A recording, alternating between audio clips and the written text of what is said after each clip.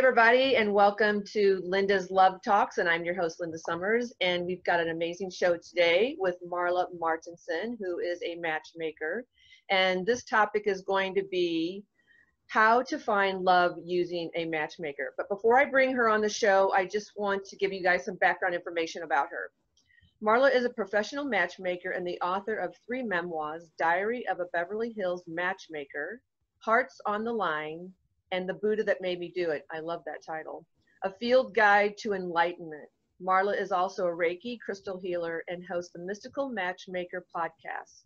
She has appeared on countless radio and TV shows, including the Today Show, WGN Chicago Morning News, San Diego Living, Beyond Belief with George Norrie, Urban Rush, and Better TV. Marla lives in Los Angeles with her husband, composer Adolfo John Alexi. And so with that, I'd love to welcome Marla to the show. Hey, Marla. Hey everybody.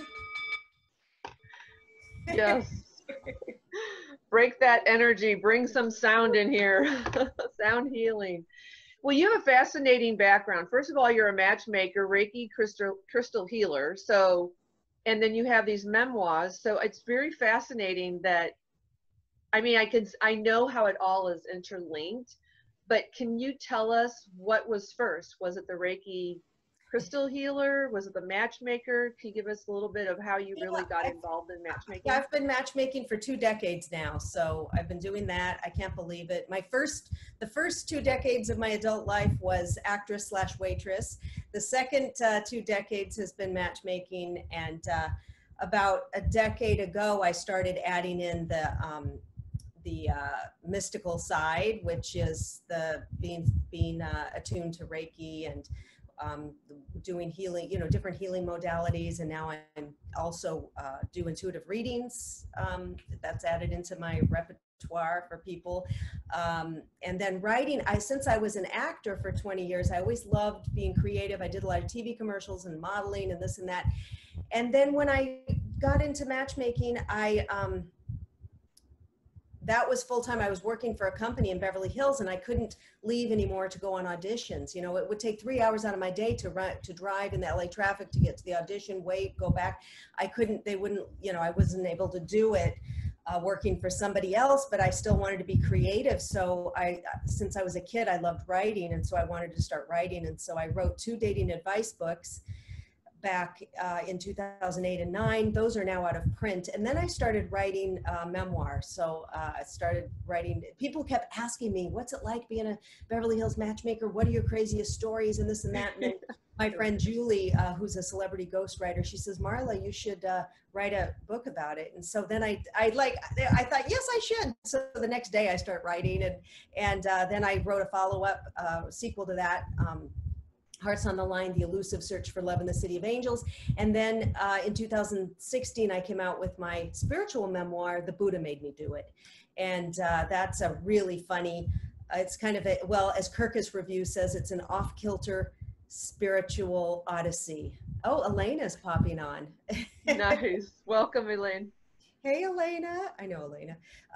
Yeah. So, and now I'm just finishing up on the last chapter of my latest memoir, The Magic Seeker. And so I've been writing that for a year, and I just keep going deeper and deeper into these spiritual themes, and how I'm also being certified. I've been in a year-long program as a coach, as a life coach with Nancy Levin. So LLC, as a boundary coach. And so all of these themes coming together, because people, if we don't do the work on ourselves, our old patterns, our childhood wounds, we often will just keep repeating them, and we'll get in relationships that don't work, and then keep breaking up or getting divorced or not getting in relationships at all. And it makes it harder for a matchmaker to find somebody, their life partner, if they haven't done any work on themselves.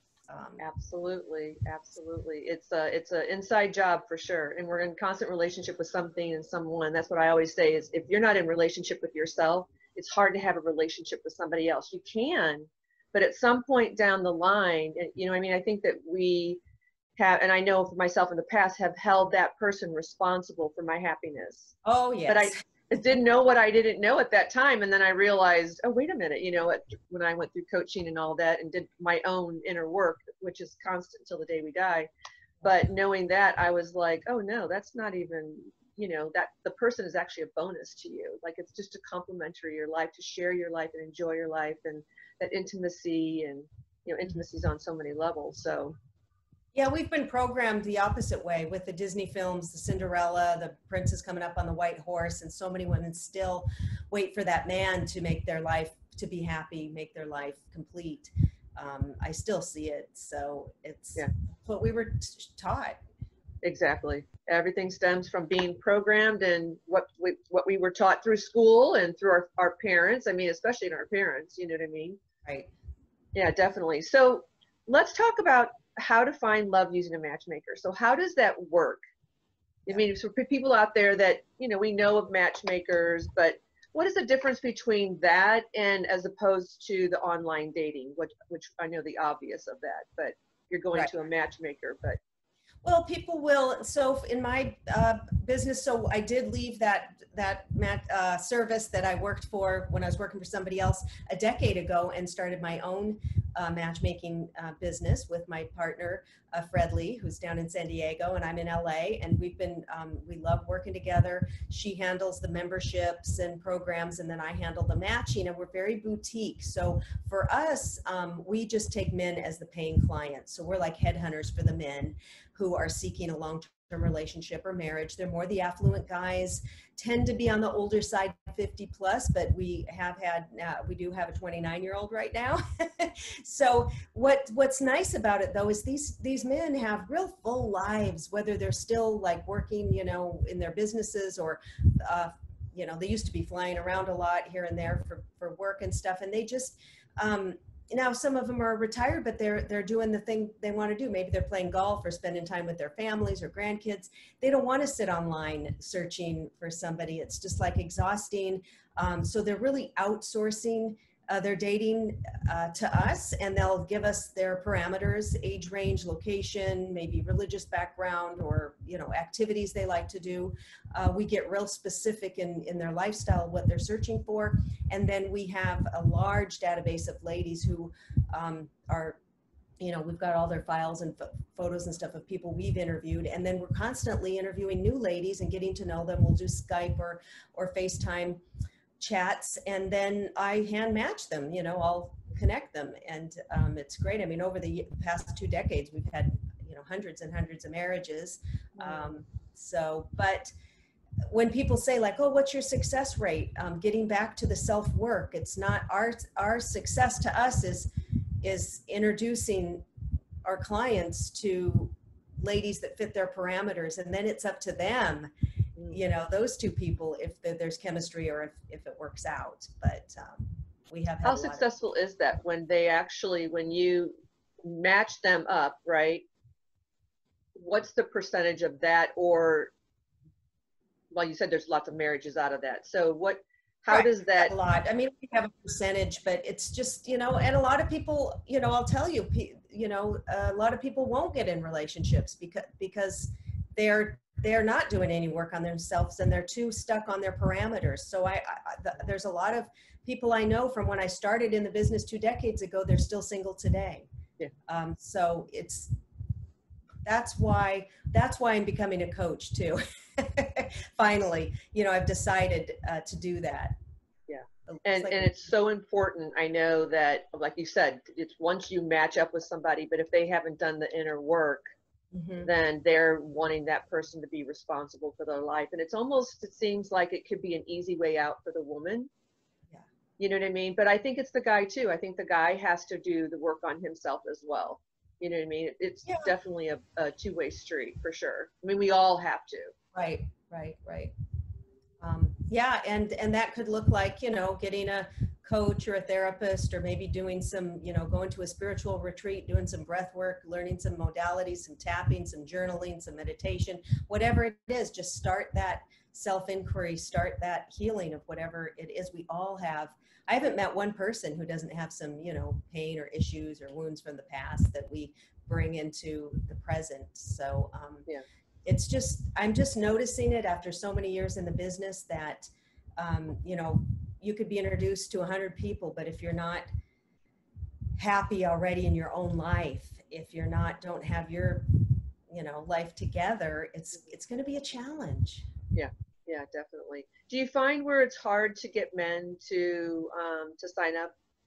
I mean, is it pretty easy that men will be very forthcoming to say, hey, I'd like to um, Oh yeah. join in on, and having you match me up with Thankfully, yes, somebody? still in business after, you know, all Yeah, these years.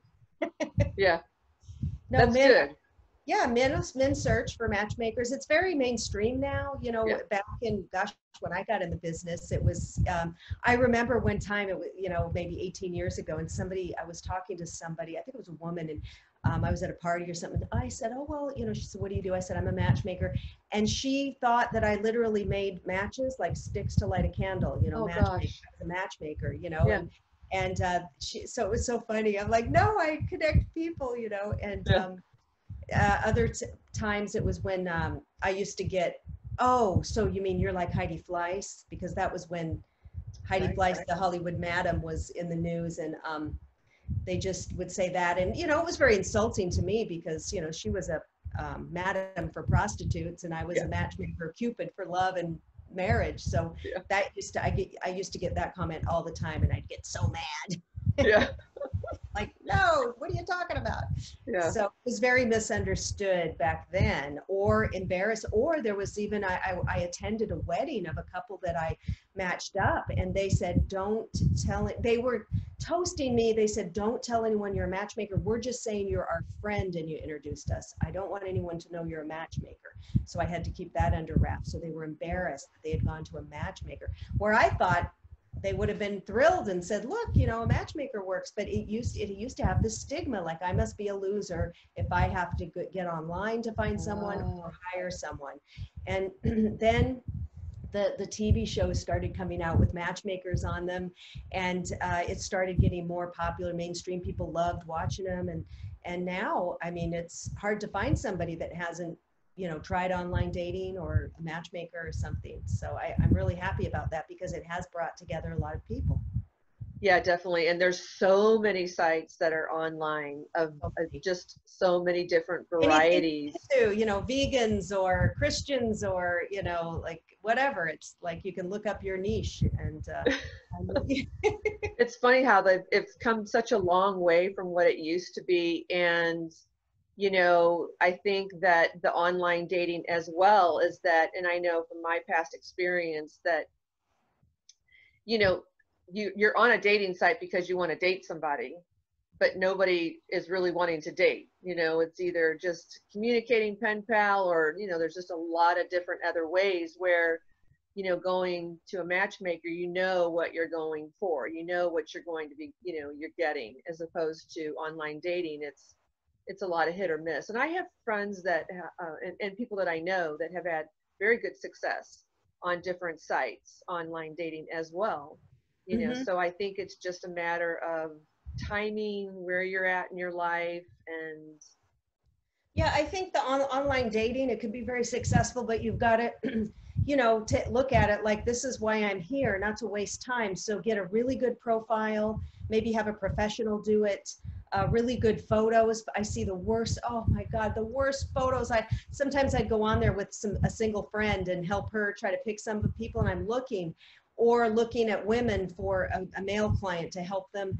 And just the photos are the angles, the glasses or the way they're what just horrific. And these are not, you know, unattractive people. It's just that they don't take any thought, I guess, and they're just throwing up these horrible photos. They're not going to get much success. Men are visual, people are visual, yeah. women too. You know, you want to see what they look like. So that's really important. And I always tell people, if you want to contact me, send me the pictures you're using. I'll look at them for free and tell you, you know, my opinion and help you with that, because it's real important. Get some professional photos taken alone, without sunglasses and hats, and, you know, in a nice area, not in your bathroom, not in, you know, with some weird angle with your, you Or know, your bedroom. you I've know, seen yeah, that. there's some things you can do. And then also I find on those bios, some people will get real bitter. They're like, if you're not looking for a relationship, don't even think about contacting me. And, you know, like, you know, obviously from experiences they had before, and it shows all this bitterness. So take some time to really get a really good profile and some good photos and a good attitude if you're going to be on there. Now with Matchmaker, and then, you know, it can take a lot of time weeding through, and then also people will think people are flaky on there, but what's happening is they're communicating with a lot of people. So maybe, you know, somebody that you kind of were interested in, then they fall off and you're like, they're a flake. What are they doing? Well, they probably met somebody else that they had coffee with or whatever. So, but with a matchmaker, it's you're getting one match at a time. We're getting feedback. We're getting specific on what you want. The photos are current. We see the people. So if you're going to meet them, they're not going to be, you know, shorter than they said, or, 50 pounds heavier, or look, 20 pounds or 20 years older. Yes. So that's all, accurate, which is nice too, because that's what I hear about online is often, I showed up and the person was not what they represented.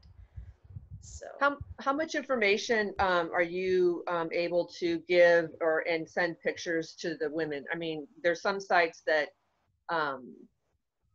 well, and I'm not sure of exactly what sites they are, but just through past experiences of just talking to different people and things like that, as to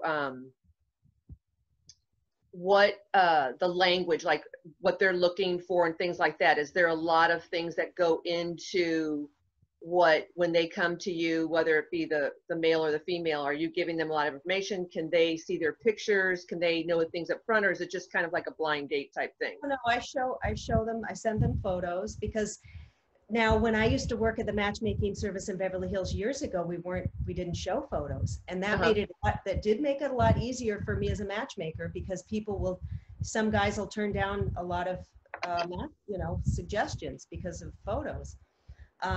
Because they're so visual and they have this in, and people will think, oh, she looks mean because she wasn't smiling. It's like, it's just it's a photo, a snapshot in time, or all these assumptions, or she's wearing she wears too much makeup. Well, that was for that one photo, so it's like, come on. So it makes it harder, but at the same time, they do know that that's their type and stuff. So there's pros and cons to the photos, but we do show the photos because nobody will meet anybody if we don't nowadays.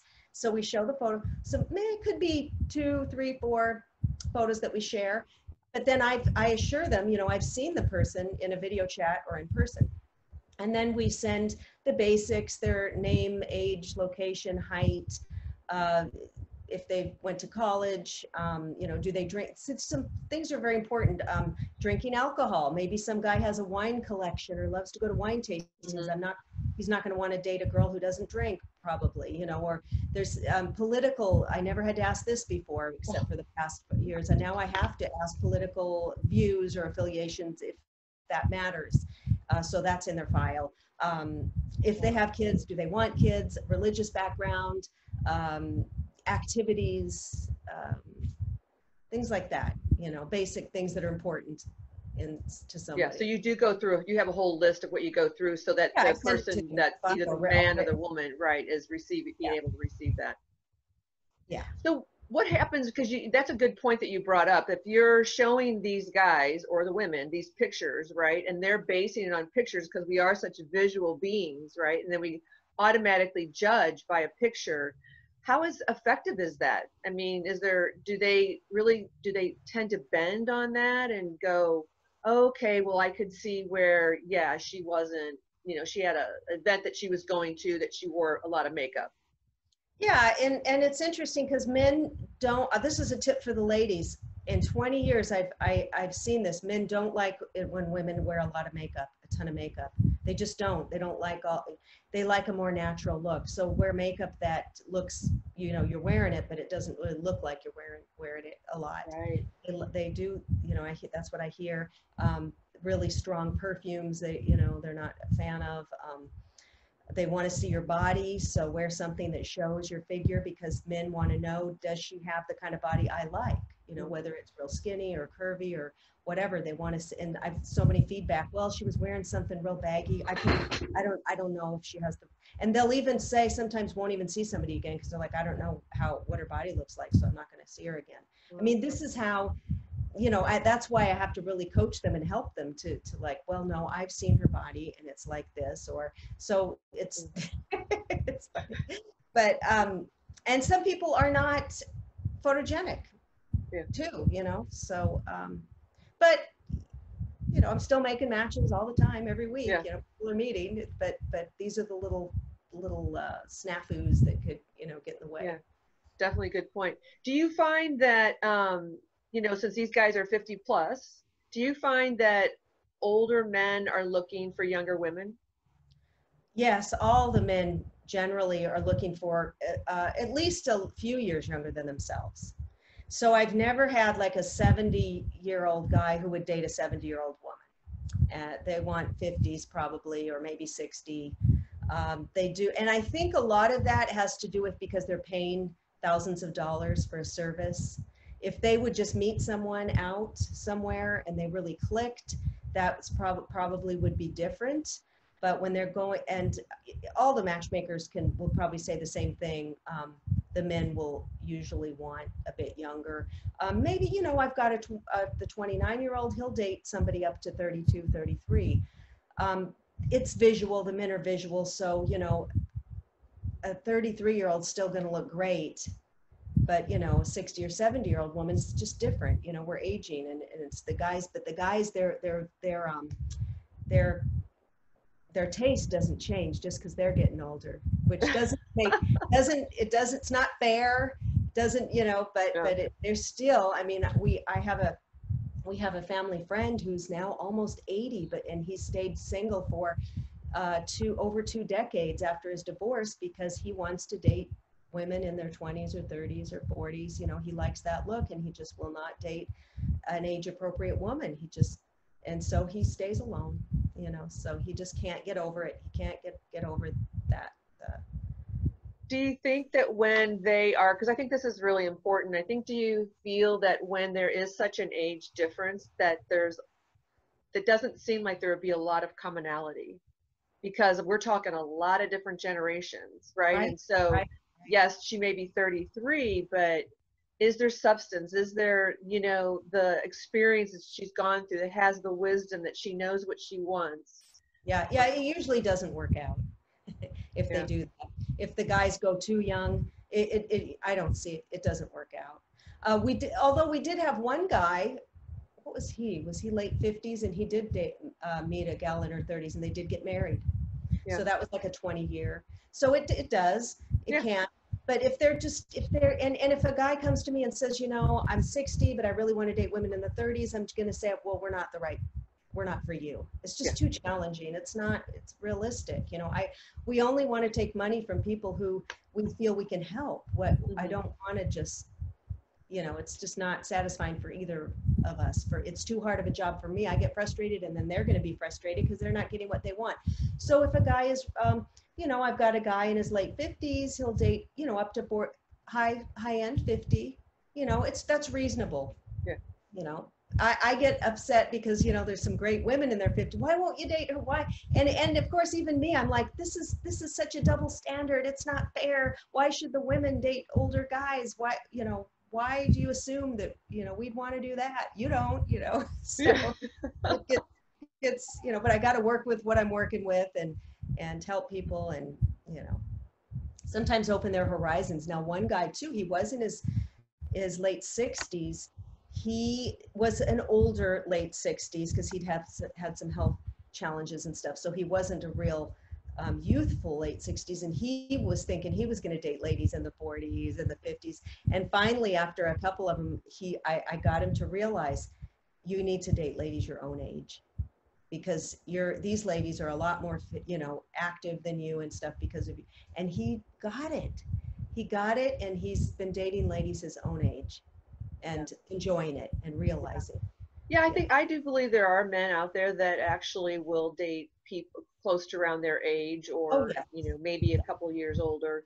But Sure. I know from past experience that just in talking to friends and things like that, that guys typically, if you're a certain age, you know what I mean, and 50s and above, that, you know, it's just they're going to date women that are younger.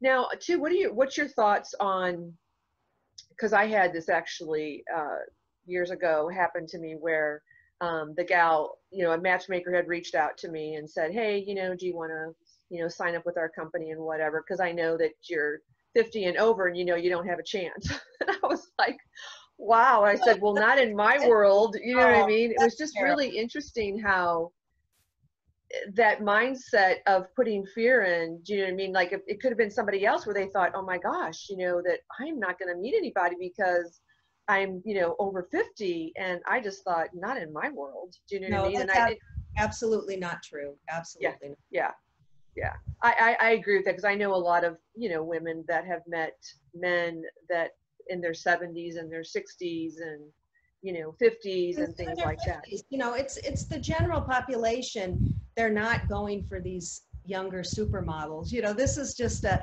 high-end matchmaking world where, they've got the money, they're the movers and shakers, and they're like, well, I've got $100 million, or I've got, I'm worth this, so I want that. They tend to, so I want, a gorgeous younger woman. But that's not the regular great guys out there that are just, working, maybe successful, but not uber. They just want a great partner, and people are partnering up. They're the same age, whatever, Yeah. that's the real world. Yeah, definitely. Why do you think that is? Why do you think, I know you said because men are visual, but why do you think that is? Because I have actually a friend who there's 20 years difference between them. They've been married for probably 5 years now. Mhm. So I'm not saying I don't think it can work for sure. I think it just depends where they're actually at. If, I look at it as on a vibrational level, consciously, where are you at in your evolution of your growth, working on yourself versus this person? Not that there's anything wrong with that, but if they haven't done the work on themselves and you're up here, you at one point in your life, you may go, wait a minute, like there's so much more that I find interesting, or I'm ready, wanting to grow and evolve in my own life. Because I know that was for me. It was like I need somebody who's going to evolve and grow with me, right? Even though I've done the work, which we're constantly doing the work until we die, but Oh, it's that growing together and being able to do this dance that yeah. you do and this ebb and flow. That's like I look at like the DNA strand where you're intertwined, but you're two individual strands. Well, and this is something that's coming up a lot, especially women. Women tend to be more into the self-help work and the spiritual concepts and all of that. And we're really accelerating, at a high rate now. A lot of people are waking up, a lot of, the consciousness, and it's Oh yeah. a lot of women tend to be more into that. And I mean, I can tell you just as a reader, I do intuitive readings, and it's really, I mean, most of them, 99% of the people who call me are women. So, and then, so the women are doing all of this work, and then the guys are not, catching up. And so we see that gap. And so it's, I had a lot in the Buddha Made Me Do It, my spiritual memoir. I talk a lot about that with my husband. He's like, what in the hell is happening here? I'm going, talking to channelers and, connecting with angels and doing, pendulums. And he's like, what's going on here? What, is happening? And I'm like, oh God, and I go, the other night I went in bed, oh God, this one of my spirit guides just pulled my hair, and he's like, gets up and he's like, whatever. So we had a lot of conflict and headbutting, and it's been a lot of work to try to stay together through that, through my whole awakening, and him just thinking I'm nuts. But he's opened up and accepted a lot of it, and is excited about some of it. And then other things he's still like, well, Marla's a little bit loony, but that's her. So it's something I hear from a lot of women now. Like, how do I navigate this? My husband or my partner doesn't believe in any of the stuff I do, or they think I'm nuts now, or so it's something to work through and decide, if you can balance that or not. Definitely. And I think because when you said that, I wrote down a couple of things. One, I feel that there are men really stepping up. The masculine, I feel, really is coming to the forefront, where, the feminine seemed to be so powerful and just be like, because we were not, we kind of were, stuffed down, I guess. There's Feminine not, is that's not the really word. emerging. Huh? The feminine's emerging now at a Yeah, bigger. the feminine's emerging, but I feel because it's a balance between the masculine and the feminine. So I think the masculine as well is realizing that there needs to be work to done on themselves too, that they're, you know, whatever they're going through in their life, that they may be going through, I don't call it a midlife crisis, I call it a spiritual crisis, where you realize in your life, like, is this all there is?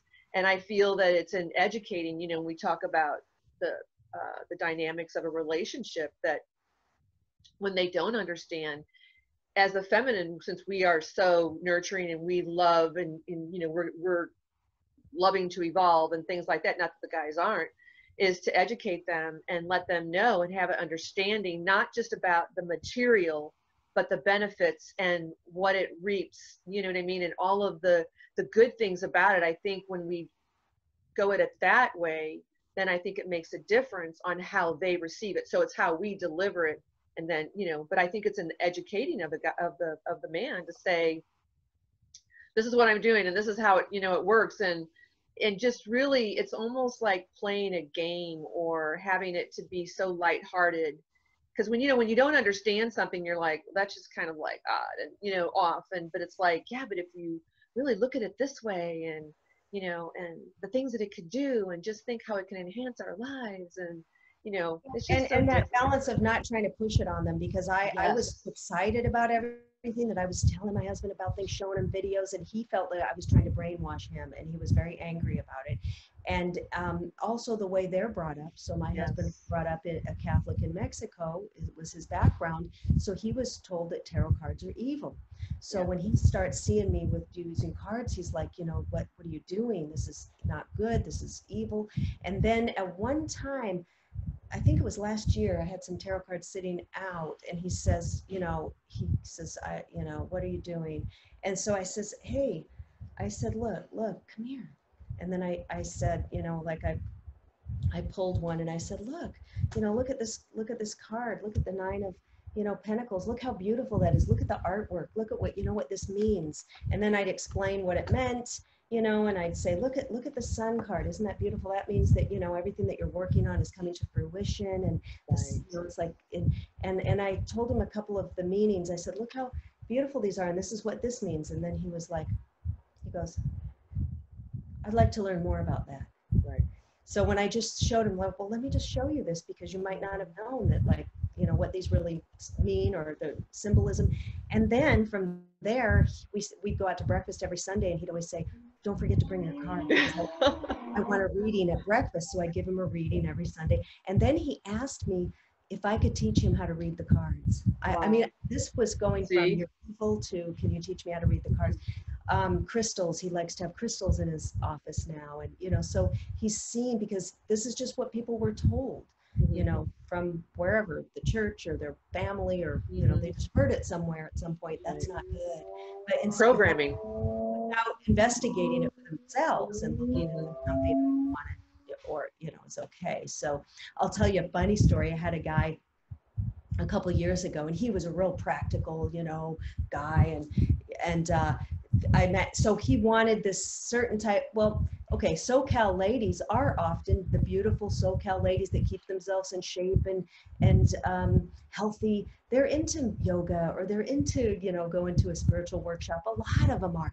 And so it was very hard for me to find him a real, like, practical like him lady. So he goes out with this one gal that I set him up with. Afterwards, he's giving me feedback, and he says, all right, she believes that the aliens built the pyramids. She believes in chemtrails, and she's a vegan. Can't you find anyone normal? And I said, hey, Beth, totally. I think the aliens probably built those. And just look up in the sky at this chemtrails, and you know, hey, a vegan diet, plant-based, you know, she's real healthy. Look how beautiful, skin glowing. You know, what's wrong with that?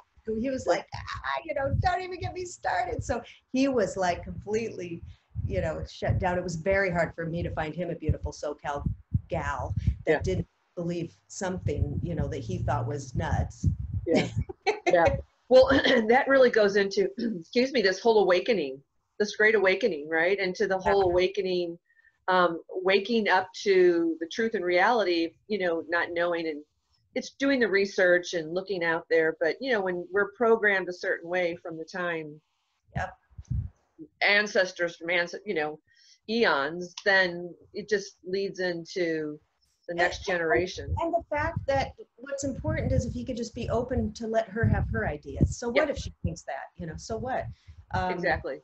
we kind of are in this space where people have to think just like we are. We see it in the political arena where people will not even talk to, you know, it's like, you know, unfriend me if you voted for this person because you're a piece of crap. I mean, I've seen posts like that. Yeah, Just not even willing to let someone else have their thoughts or opinions and then maybe have a thoughtful conversation. It's just like, that's it. You don't think like I do. Can't know you, can't talk to you, get, you know, you're out. yeah, So it's getting too black and white. But I think I'm hoping that this is something that is showing us what we need to see, where we're inflexible and where we need to crack open, and maybe it's going to go another way. And I think this virus has also shown us what we need to look at in our lives. Maybe people who are really materialistic and spending all their money on, you know, expensive handbags or shoes and stuff. Now, well, we don't have anywhere to go with our fancy shoes and handbags, really. So we're staying at home in our yoga pants. And do we really need, you know, 2 closets full of clothing or, you know, an expensive car? We have no more money in the bank account to, you know, yeah, we lost our jobs and then you can't pay your bills because you spent it all on superficial stuff. So I think it's taking a look, or relationships, looking at, it's really making each of us take a look at what we need to look at as regard to relationships, finance, love, health. Each of us is getting a profound kick in the keister yeah, about what we need to work on. So yeah, that's one of the gifts of this time that we're in. yeah, definitely. And something I just really want to touch on that, and then I want to ask you this one last question. But I feel that there can be a lot of opportunities in that situation. There can be a lot of opportunities missed with both the male and the female. You know, if we're not willing to, like you said, is just that person is that person. Is she a bad person, or is he a bad person just because they have certain beliefs about something, right? They're really a good-hearted person. So sometimes we can miss out on an opportunity if we're not really looking into the soul of a person. And really, I always bring back, because it's I feel like everybody, I mean, maybe I'm just speaking for myself, but I feel it's everybody. We want to be seen and heard. We want to be seen for the soul that we are, like in the movie The Avatar, when he I think she said to him, you see me. Yeah, yeah. And it's so refreshing when someone can actually see you without the external, without anything else, but they really see who you are. So I Right. know that for me is important, that, you know, and just in general, when we're talking about matching, you know, matchmaker or online dating or any of that, it's not missing out on that opportunity, because you never know until you give it an opportunity.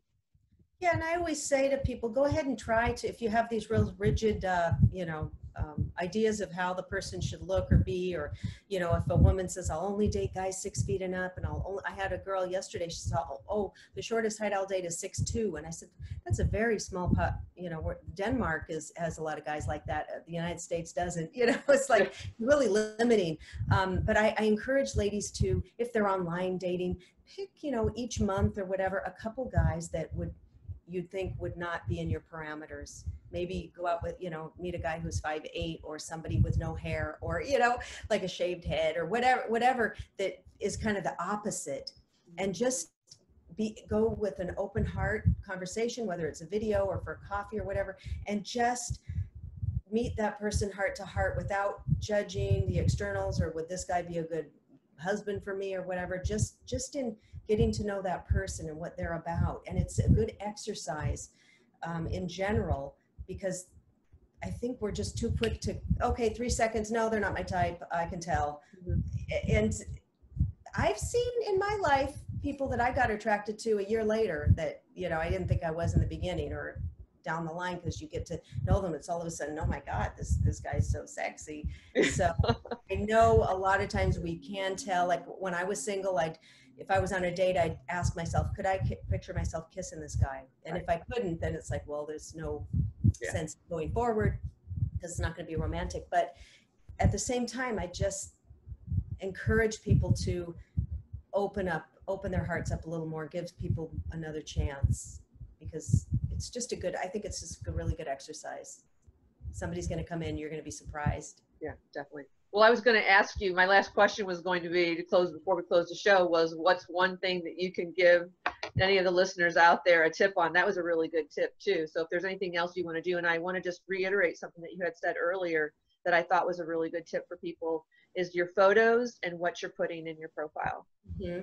Is really pay attention to that. Not too long. I mean, I think it's a little nudge. Erica Etten, she's a colleague. She does really great profiles, you know, and it's not that expensive to get a professional to do your profile. Mm-hmm. So it's important. Yeah. One other tip that I talk to ladies about is their language around finding someone. So sometimes it does get discouraging. You've been single a while, you're looking, you can't seem to find somebody. And so in our minds, and what we're saying is there's no good guys out there. Oh, all the guys are jerks. I've heard this. The guys are jerks. All the good ones are taken. Oh, they don't, you know, they're not really looking. They're not serious. They're players. They're whatever it is. And that is an affirmation out to the universe. You are declaring that. That is pure law of attraction stuff, you know? And so you can't say that. It's like, okay, you know, do some clearing and say, thank you, universe, for sending me my perfect partner. I'm so excited to meet him or her. Yeah. And, you know, just can't wait. And your frequency's got to be higher to attract, because frequency is always matched. Yep. Always matched. No other. Yeah, no matter where you're at. Yeah, whatever you're doing, whether it's a job, a person, or whatever. So if we see, you know, oh, why do I keep attracting, you know, guys who cheat on me? Then that was the frequency you were at. Maybe it wasn't the frequency like you wanted somebody to cheat on you, but you had a issue with that. You know, it's there, it's in that frequency. So it's work to be done around the frequency and realizing what am I frequency, you know, put out, what am I emitting? Exactly, because we're always constantly admitting something, for sure. Right. How can people get a hold of you, Marla? Yeah, just my website, marlamartinson.com, and all my books and my services and everything's on there. I have a podcast called The Mystical Matchmaker. You can look that up on iTunes or Stitcher or iHeartRadio, The Mystical Matchmaker, and YouTube under Marla Martinson. I've got over 250 videos interviewing different mostly spiritual, but you know, experts and stuff. It's really fun.